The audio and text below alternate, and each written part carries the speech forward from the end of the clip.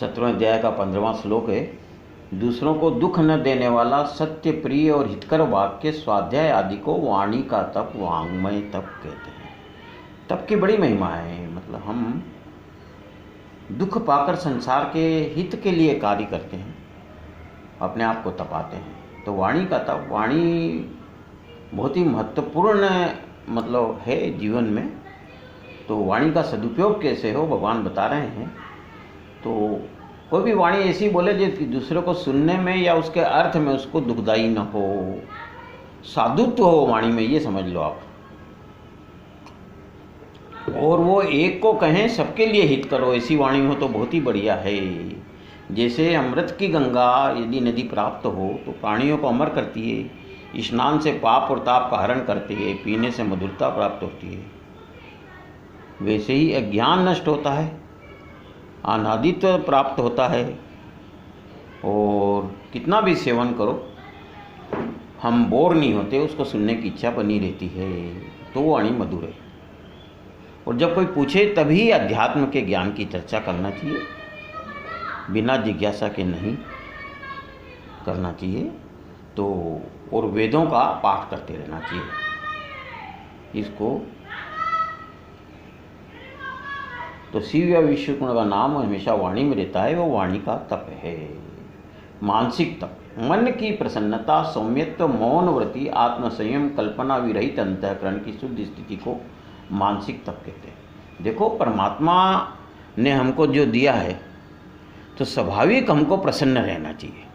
और यदि हम प्रसन्न रहते हैं तो भगवान अपनी संतान को प्रसन्न देखकर उनको अच्छा लगता है कि हमारी संतान को हमने जो दिया है उससे उसकी वो कृतज्ञता अनुभव करता है। तो मन हमेशा प्रसन्न रहना चाहिए। मन की प्रसन्नता स्वाभाविक गुण है। सौम्यत्व हो, मौन व्रति, कम बोलना चाहिए आवश्यक, बल्कि मननशील होना चाहिए। देखो, अपन ने देखा नुपुर जो है बहुत बोलता है तो उसको पाँव में बांधते हैं। हार जो है चुप रहता है, मौन रहता है तो गले में पहना जाता है। आत्मसंयम और कल्पना विरहित अंतःकरण की शुद्ध स्थिति, यानी मन में अहंकार होगा तो हम कल्पना, विकल्पना, संकल्पना करते हैं। तो मन में अहंकार खत्म होते से ही मन एकदम शांत हो जाता है, चंचलता उसकी नष्ट हो जाती है। तो आत्मरूप में मन स्थिर होते ही वह आनंदमय हो जाता है, मन की व्याकुलता समाप्त हो जाती है। तो मुख का बिना कारण उपयोग नहीं किया जाना चाहिए, वाणी का मौन रहना चाहिए, मन का मनपन नष्ट हो जाना चाहिए। आप देखते हैं कि मन की शुद्ध सहज भाव शुद्धि कैसी है, जैसे हथेली है पूरे हाथ में, रोम विरहित स्वच्छ होती है, स्वाभाविक होती है, वैसी मन की स्थिति है। इसको मानसिक तप कहा जाता है। तो तीनों प्रकार के जो तप हैं वो फल की बिना इच्छा के करना चाहिए। सात्विकता जो है हमारे जीवन का लक्ष्य होना चाहिए। हमारे जीवन में सात्विकता समा जाना चाहिए।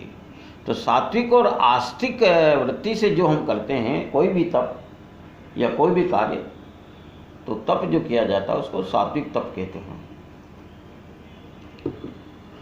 और जो राजसी तप है वो दिखावे के लिए किया जाता है, पाखंड के लिए, दंभ के लिए, मान के लिए किया जाता है।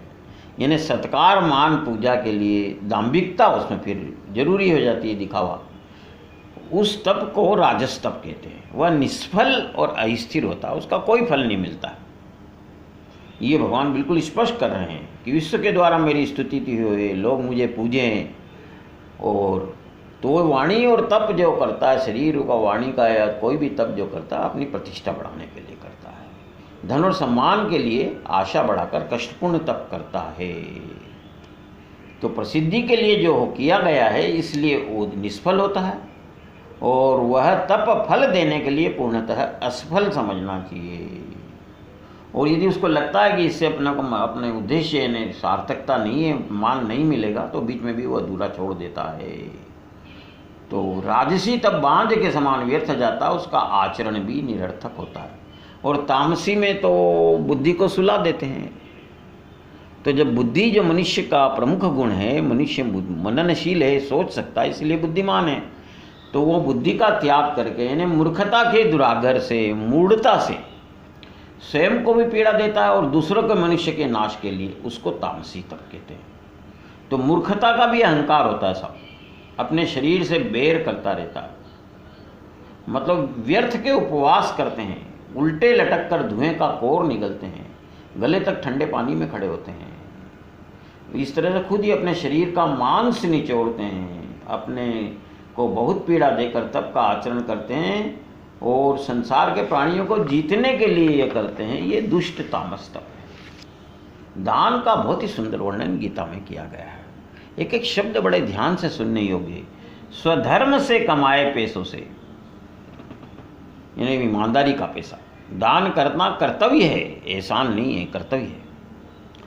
ऐसा जिससे कुछ मिलने की अपेक्षा न रखते हुए योग्य स्थान काल पात्र देख कर दिया जाता है, ये सात्विक दान है। तो ऐसा जो ईमानदारी से कमाया हुआ है, स्वधर्म से, स्वकर्म से, वो दान सम्मानपूर्वक दिया जाना चाहिए। तो देश काल पात्र और द्रव्य फिर भगवान की कृपा से जब सात्विक वृत्ति हो तो अपने आप जुट जाता है। काशी में हो, कुरुक्षेत्र में हो, ऐसा पवित्र स्थान होते हैं। और उत्तम पात्र भी जो खुद शुचित्व की मूर्ति हो, भगवान की कृपा से मिल जाता है। और मुख्य बात है, दान देकर अपनी सत्ता भूल जानी चाहिए। कई लोग जैसे ट्रस्ट वगैरह को दान दे देते हैं, फिर बीच बीच में संभालते रहते हैं, वो गलत है। व्यवहार में भी हम देखते हैं, कन्या जैसे हमने शादी कर दी, तो यदि कोई कन्या के ससुराल में बीच बीच में कुछ जाएगा आएगा या इंटरफियर करेगा तो उसमें दिक्कत रहती है। तो हमको भूल जाना चाहिए, हमारी सत्ता बदल गई, मतलब मालिक बदल गया, दान लेने का मतलब है, तो हमारा कोई अधिकार नहीं है। और बल्कि ये मानना चाहिए कोई कि अमानत जमा थी तो हमने उसको वापस कर लिया। कृतार्थ होना चाहिए कि हम अमानत वापस कर पाए, ये है। तो जैसा निष्काम अंतकरण से भूमि या धन अर्पण करना चाहिए, फल की इच्छा बिल्कुल नहीं होना चाहिए। और जिसको दान दे वो सज्जन मिल जाए, भगवान की बड़ी कृपा है साहब। ऐसे लोग जो होते हैं, तो देने वाला जिसको दिया है उसको किसी भी प्रकार लौटाने की शक्ति नहीं होना चाहिए, सुपात्र होना चाहिए। देखो, यदि हम किसी को गिफ्ट देते हैं, वो देता तो न तो ये दान है न वो दान है। ऐसे यदि हम अपने कर्मचारी को, नौकर को जो देते हैं, तो हम मौका लगता है तो उससे ज़्यादा सेवा या काम लेकर वसूल कर लेते हैं, उसको दान नहीं कहते। तो ऐसे व्यक्ति जो दोबारा जीवन में कभी मिलेगा नहीं, या मिलेगा तो हमारा दान का रिटर्न न कर सके, वो सात्विक दान है। तो ये दान निर्मल और शुद्ध होता है। अब राजसी थोड़ा जो है, उसमें उपकार के बदले में कुछ मिले। पहली शर्त है सकामता, कि हम जो करें, दान करें या कुछ भी करें, बदले में क्या मिलेगा, फल की अपेक्षा है। और अतिशय कष्ट से देता कम, अल्प और बहुत कष्ट पाकर देता है, वो राजसी दान है। जैसे कोई अपन उपहार की दृष्टि से कोई पार्टी में किसी को बुलाना, तो गिफ्ट लेना वगैरह, या रिश्वत पहले लेके दूसरों का काम करना, ये सब दान का प्रकार नहीं है। तो अनेक पारलौकिक फलों की इच्छा करता है और इतना अल्प देता है कि एक समय की भूख भी तृप्त नहीं होती। और जब वो ब्राह्मण या योग्य व्यक्ति लेकर जाता है तो उसको बड़ी पीड़ा होती है, जैसे मेरा सारा सर्वस्व हरण हो गया हो। वो उसको हम जो कहते हैं राजसी दान। और तामसी दान की तो बस हम उससे बचें, इसलिए ये इसका वर्णन गीता में किया है। अयोग्य स्थान में, अयोग्य समय में अयोग्य मनुष्य को सत्कार रहित अवहेलना पूर्वक दिया जाता है, वो तामसी दान है। जैसे जुआ खाने में मदिरा पान की जगह पे हम दान देंगे, तो उसका उपयोग मदिरा पीने में, जुए खेलने में होगा, तो वो सही स्थान नहीं है, अयोग्य स्थान है, अयोग्य समय।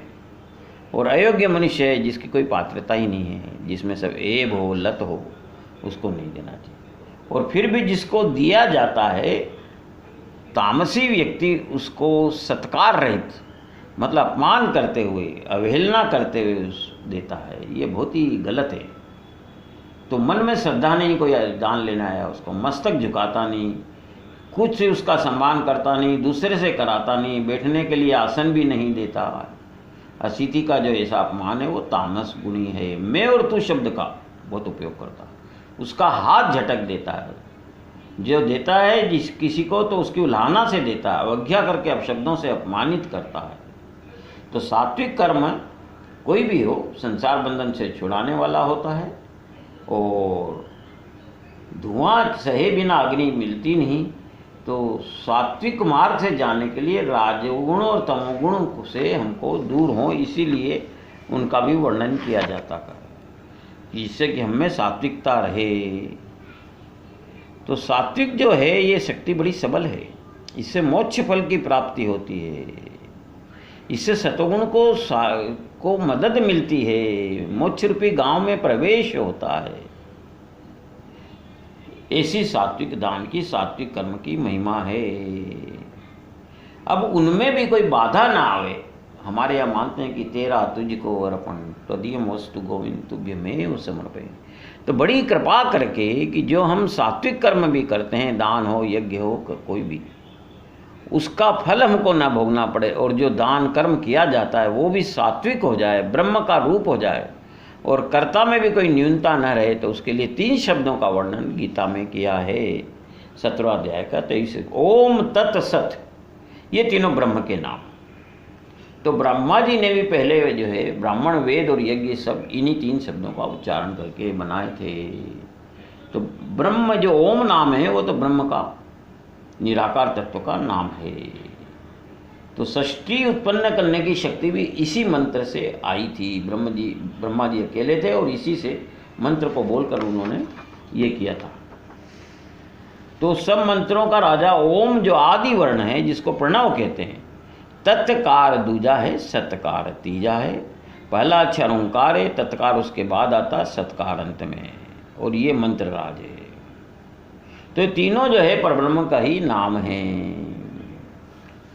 तो जब तीनों मिलकर एक हैं, तब जो सात्विक कर्म होते हैं, तब केवल उनके घर का सेवक बनता है।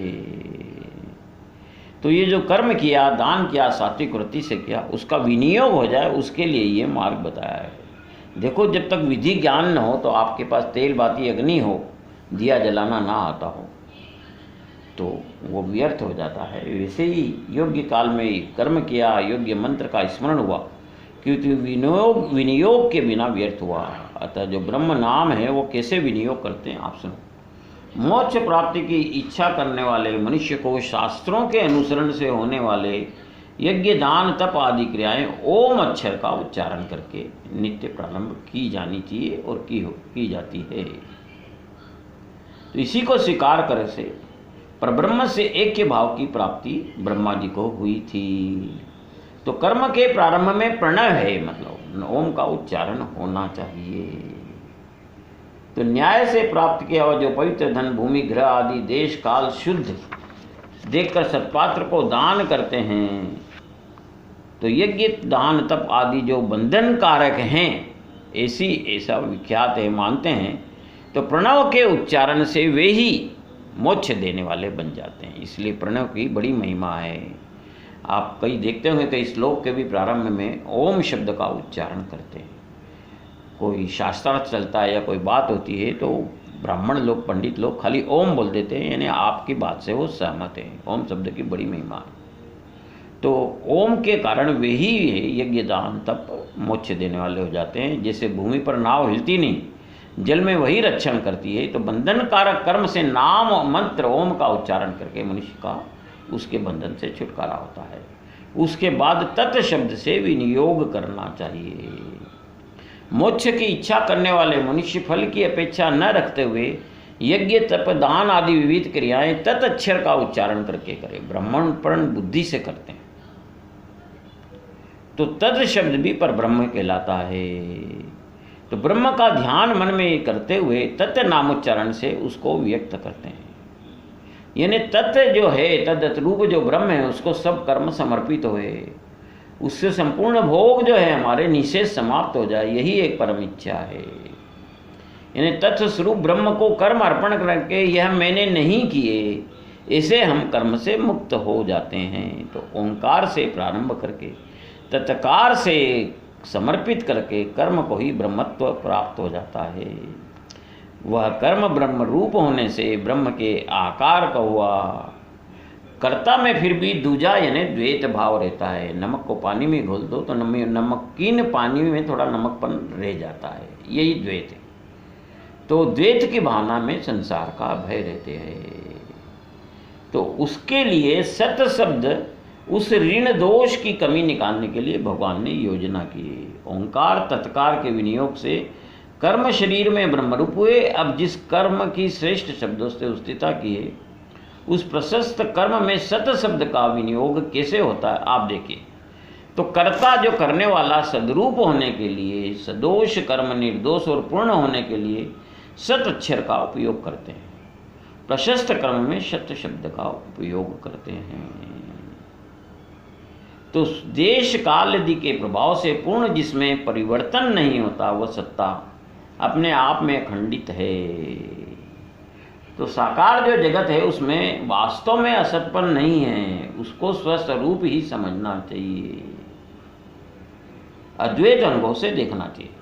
तो ओंकार और तत्कार से जो कर्म ब्रह्म स्वरूप हुआ ऐसा दिखाया जाता है, उस संस्कार को भी सन्न मात्र से नष्ट कर देना चाहिए, ये भगवान कहना चाहते हैं। सात्विक सदकर्म सत्कर्म पर जो उपकार करता है उसको सुनो।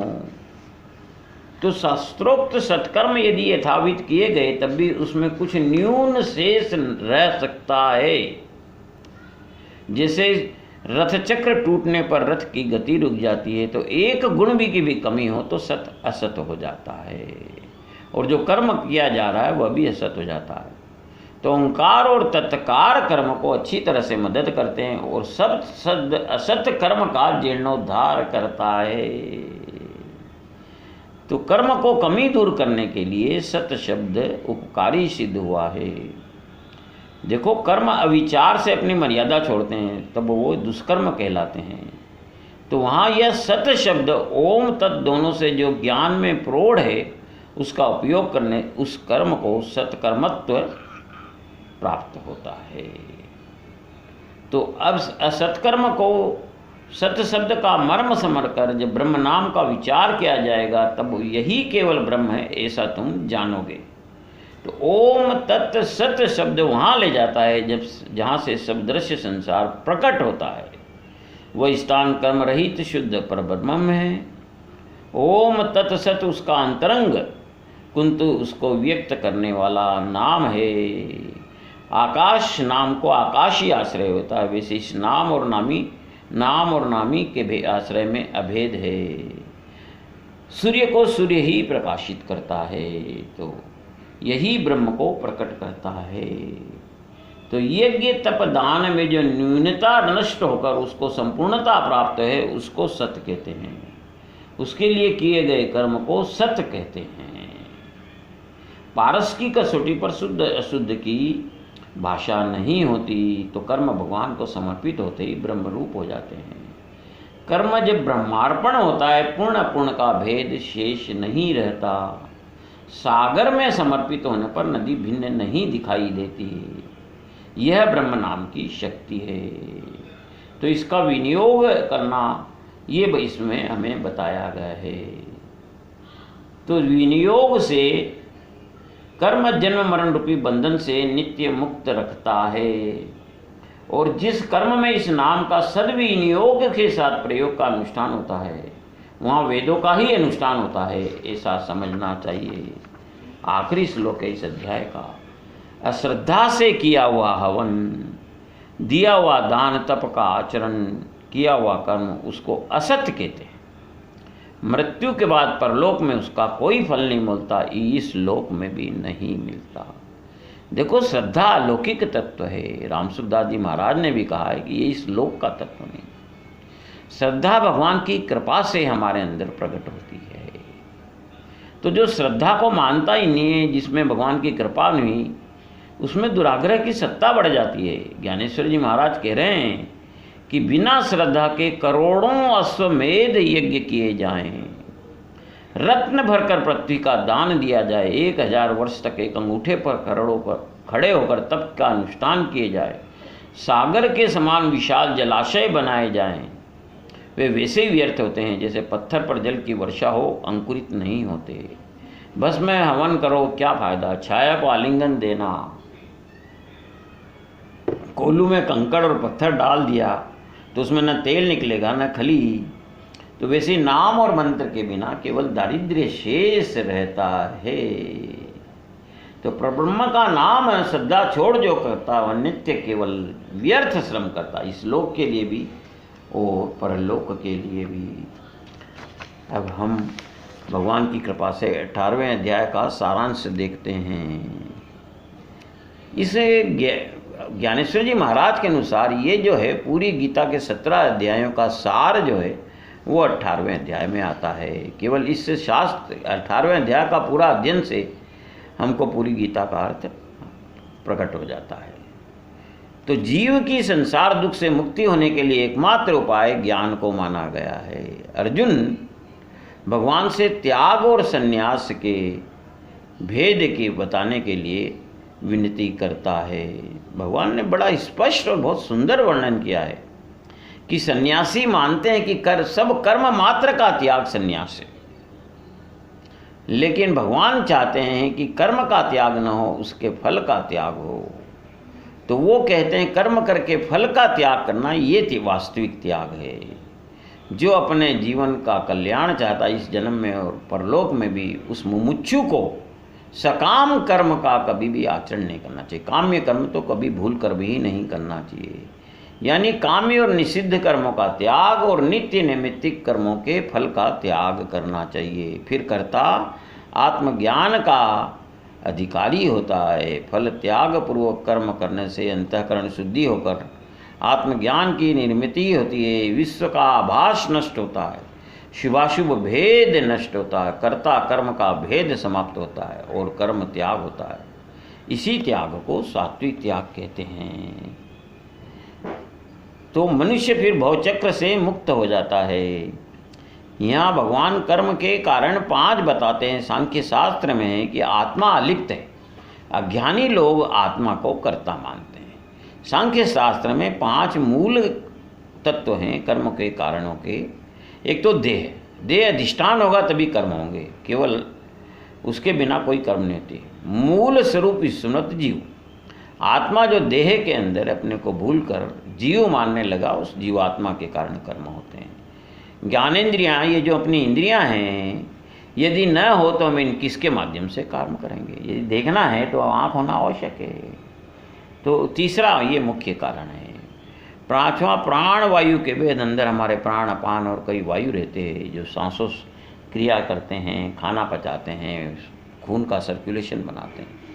और 10 इंद्रियों पर अनुग्रह करने वाले देवता हम मानते हैं, जैसे हाथ के देवता इंद्र है। तो ये सब हमारी जो इंद्रियां, इन पर जो देवताओं की कृपा है। दूसरे शब्दों में ये भी कई लोग मानते हैं कि जो हमारे पिछले जन्म तक जमा प्रारब्ध हैं वो भी कर्म के लिए विवश करते हैं। तो जो इस तत्व को जानकर कर्म करते हैं, मुक्त हो जाते हैं। उनका रहन सहन देखकर भी यदि हम कर्म करेंगे तो हम भी मुक्त हो जाते हैं। मुक्त पुरुष होने के पुरुष विश्व को वो अलग देखता है, किंतु गुरुपदिष्ट तत्वमसि वाक्य के निधि ध्यास से अपना मूल स्वरूप आनंद अद्वय सर्वत्र उसको दिखने लगता है। फिर जब तक देह है कर्म होते रहते हैं, कर्म से उसका कोई संबंध नहीं रहता और बाहर से लोगों के अंतर की स्थिति का आकलन नहीं होता, ज्ञान नहीं होता, तो वे उसको कर्ता समझते हैं। अज्ञान से एक ही ज्ञान की ज्ञाता ज्ञेय ज्ञान ऐसी त्रिपुटी निर्मित होती है। उसी का रूपांतर कर्म कर्ता कार्य इस त्रिपुटी में होता है। तो ज्ञाता ज्ञान ज्ञेय ये कर्म का प्रवर्तितय है, कर्ता कारणोकारी यह कर्म का संग्रह है। देखो जगत जो है त्रिगुणात्मक है। गुणों के अनुसार ज्ञान कर्म कर्म कर्ता सात्विक राजसी ऐसे 3 भेद होते हैं। यही भेद तीनों बुद्धि और धैर्य के होते हैं।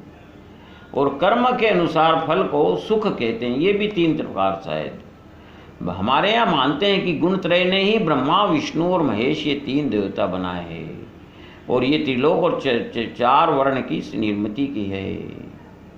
तो इसी से जैसे ब्रह्मा जी सृष्टि का पालन मतलब उत्पत्ति करते हैं, विष्णु जी सृष्टि का स्थिति बनाए रखते हैं और रुद्र भगवान उनका संहार करते हैं। आगे इसी अध्याय में ब्राह्मणों के शम दम आदि 9 कर्म बताते हैं, क्षत्रियों के शौर्य आदि वैश्यों और सभी के बताए गए हैं। तो यहाँ बड़ी महिमा बताई है हमारे शास्त्रों की, जन्मना नहीं है। जो ब्राह्मण के ये 9 गुण बताएं जिस व्यक्ति में होंगे वो ब्राह्मण है, चाहे जन्म से वो शूद्र हो चाहे वैश्य हो।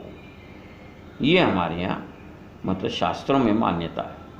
भगवान कहते हैं कि विहित कर्माचरण से मैं सर्वात्मक सब कुछ जो हूँ प्रसन्न होता हूँ। और भगवान प्रसन्न होकर क्या देते हैं? ज्ञानेश्वर जी महाराज के अनुसार सबसे बड़ा भगवान की कृपा प्रसाद वैराग्य है। जीते जी मनुष्य को वैराग्य होता है, ममत्व नहीं रहता, संसार की ममता नहीं रहती।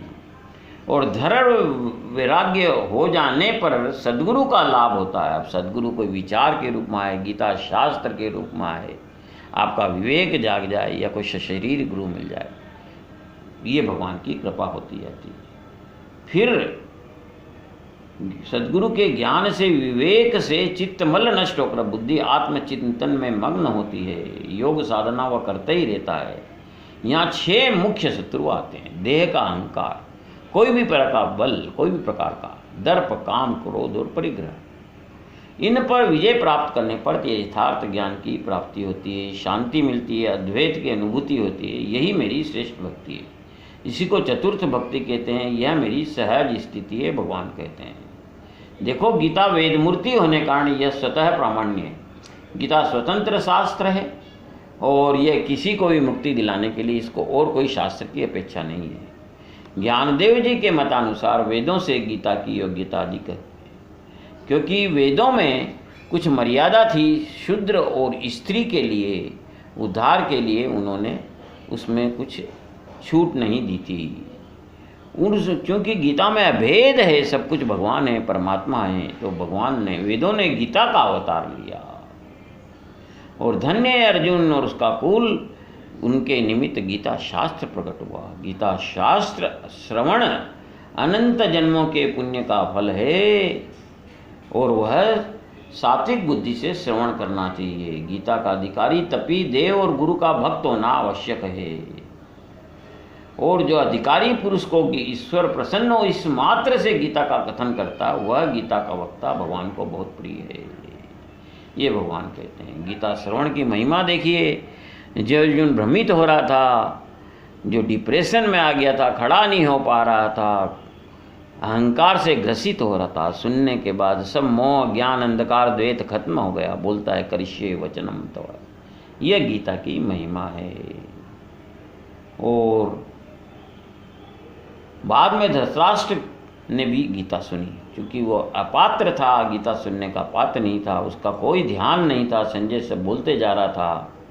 तो वो तो एक ही प्रश्न पूछता है कि युद्ध में किसकी विजय होगी। और संजय बड़ी चतुराई से कहते हैं कि जिस पक्ष में श्री कृष्ण है और अर्जुन है वहीं विजय होगी, सुख होगा, कल्याण होगा। जहाँ धर्म है, यतः धर्म ततः जय है, तो भगवान है वहाँ। और अर्जुन श्री का उनका कर्मठ कार्य करता है, जो भगवान के कार्य को आगे बढ़ाता है, पूरी मेहनत ईमानदारी से करता है। ज्ञानदेव जी के अनुसार गीता का अंतिम श्लोक गीता का सार है। गीता के श्रवण निधि ध्यासन से साधक ब्रह्म स्वरूप हो जाता है। व्यासदेव जी की भी बड़ी महिमा है, जिन्होंने ये गीता को संपादित करके गीता को लिख दिया हमारे लिए। और अंतर्मुख वृत्ति संपन्न श्रोता गीता के अधिकारी हैं। दूसरे भी साहित्यकों का इसके साहित्य और काव्य का आनंद प्राप्त होगा। अंत में मतलब गुरु के प्रसाद की भिक्षा की याचना, जिसको प्रसाद दान करते हैं ज्ञानेश्वर जी महाराज करते हैं, वो चाहते हैं कि सारे लोग भगवत सेवा में जीवन व्यतीत करें, परस्पर बंधुत्व बढ़े और उनकी दुष्ट भावना का नाश हो। अब हम 18वें अध्याय का पहला श्लोक लेते हैं।